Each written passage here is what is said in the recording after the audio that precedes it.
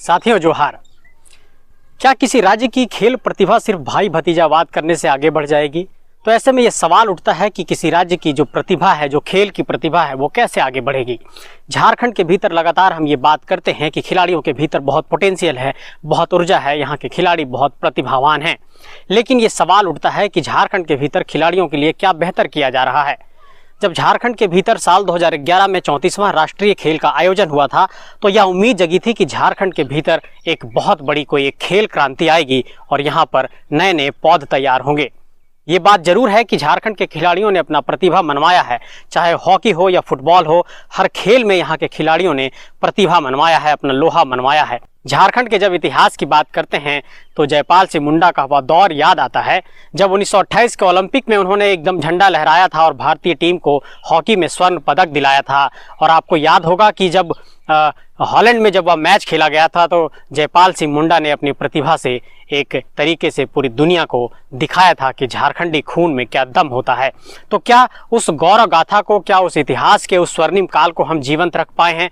मैं ये सवाल इसलिए उठा रहा हूं कि ये जो आप पीछे का पूरा कैंपस देख रहे हैं, ये रांची का खेलगांव है, जिसे मेगा स्पोर्ट्स कॉम्प्लेक्स कहते हैं, हम लोग खेलगांव कहते हैं। लेकिन ये सवाल उठता है कि क्या खेलगांव जैसे स्थान को सरकार यहाँ पर उस तरीके से रख पाई है जिस तरीके से इसका एक तरीके से इंफ्रास्ट्रक्चर डेवलप किया गया था। और इस इंफ्रास्ट्रक्चर पर यह उम्मीद जगाई गई थी कि पूरा झारखंड राष्ट्रीय स्तर पर अपना नाम कमाएगा।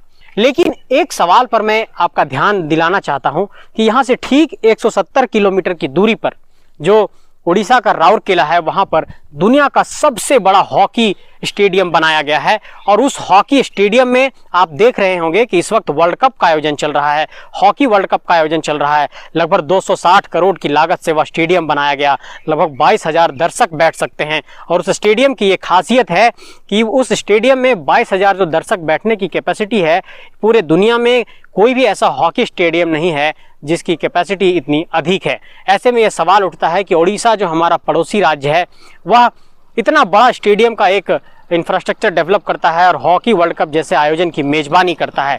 लेकिन आपको यह बात गौर करना होगा कि झारखंड में 34वें राष्ट्रीय खेल के बाद से अब तक कोई बड़े आयोजन नहीं हुए हैं और इतना बड़ा इंफ्रास्ट्रक्चर यूं ही पड़ा हुआ है। तो क्या यहाँ पर संसाधन ऐसे ही धूल फांकते रहेंगे?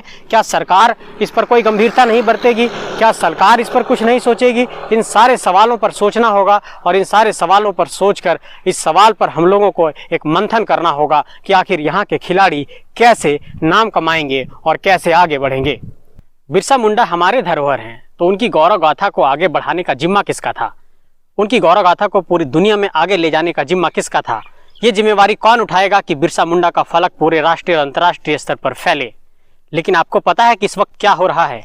राउरकेला में उड़ीसा की सरकार ने बिरसा मुंडा हॉकी स्टेडियम बनाया है और पूरी दुनिया में वह हॉकी स्टेडियम नाम कमा रहा है और वहाँ पर वर्ल्ड कप का आयोजन हो रहा है।